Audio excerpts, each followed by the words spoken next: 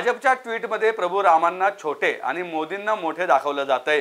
नेमकं काय चाललं आहे हे कळायला तयार नाही। देव मोठा की माणूस असा प्रश्न उपस्थित करत काँग्रेस प्रदेशाध्यक्ष नाना पटोले यांनी भाजपवर निशाणा साधलाय। 22 तारखेला काहीच नाही, रामनवमी नाही, त्यांना निवडणुका करायच्या आहेत म्हणून राम मंदिराचं उद्घाटन आता करत आहेत असं पटोले यांनी म्हटलं आहे। आपल्याला लक्षात असेल की भगवान श्रीरामाच्या मंदिराची आपल्याला अयोध्येला मूर्तीची स्थापनेचा तो दिवस ज्यांनी काढलेला आहे त्याला भाजपवाले सगळ्यांना निमंत्रण द्यायला निघाले। एक मिनिट, शंकराचार्य आपले जे आहेत आमच्या हिंदू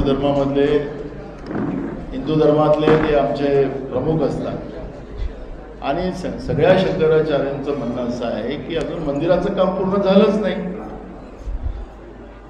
अधुऱ्या मंदिरामध्ये भगवान श्रीरामाची त्या ठिकाणी मूर्तीची स्थापना करणं हे पाप होईल अशा पद्धतीचं ते शंकराचार्यांची सांगतात आहे। आणि भाजप आता तसं भगवान श्रीरामाने त्यांना कॉन्ट्रॅक्टर दिल्यासारखं ते लोकांना निमंत्रण द्यायला निघालेलं आहे। त्यांनी हे पण म्हटलेलं आहे शंकराचार्यजींनी की तुम्हाला निवडणुका लागलेल्या आहेत पण तुम्ही हे पाप करायला निघालात तर ते पाप तुम्हाला भोगावं लागेल, तेही शंकराचार्यजी सांगतात आहे। त्यामुळे आणि आपण पाहिलेत की भाजपचं जे ट्विट होते त्याच्यामध्ये भगवान श्रीरामाला छोटंसं दाखवलं जाते आणि देशाच्या प्रधानमंत्री साहेबांना मोठं दाखवलं जाते।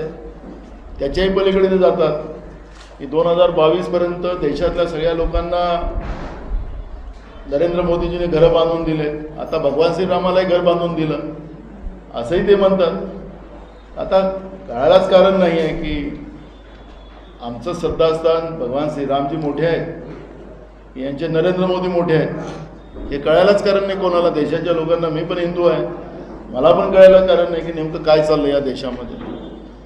माणूस मोठा का देव मोठा मी सांगत नाही। मी माझ्या धर्माचे जे वरिष्ठ जे हे असतात शंकराचार्य, मी हिंदू धर्मातला आहे, मी ऐका ना, मी पक्ष म्हणून नाही सांगत, मी धर्मावरही बोलू शकतो ना, तो माझा अधिकार आहे, मला संविधानाने अधिकार दिलेला आहे। यामुळे कोणाला एखाद्या पक्षालाच अधिकार दिलेला असं नाही आहे, मला संविधानाने मलाही अधिकार दिलेला आहे। आणि जेव्हा माझ्या हिंदू धर्माला भ्रष्ट करण्याचं पाप कोणी करत असेल आणि माझे जे आमच्या धर्माचे जे ज्येष्ठ आहे, श्रेष्ठ आहे शंकराचार्य, ते म्हणत असतील तर ते त्या गोष्टीची भूमिका लोकांसमोर मांडणं, धर्माच्या लोकांसमोर मांडणं हे माझं दायित्व आहे, ते मी मांडणार। पण त्या दिवशी कशाला करू आम्ही? तो दिवसच ॲक्च्युली तो भगवान श्रीरामाचा दिवसच नाही आहे, रामनवमी पण नाही आहे, काहीच नाही आहे ना। कुठलं त्यांना निवडणुका लढायच्या आहेत म्हणून ते त्या पद्धतीचं करतात का? ते शंकराचार्यजी म्हणतात आहे आम्हाला वेटीच धरले ते भगवान श्रीरामाला वेटीच धरून टाकलं या लोकांनी। हनुमानजीला धरायचा प्रयत्न केला कर्नाटकमध्ये पण हनुमानजी आमच्यासोबत आले।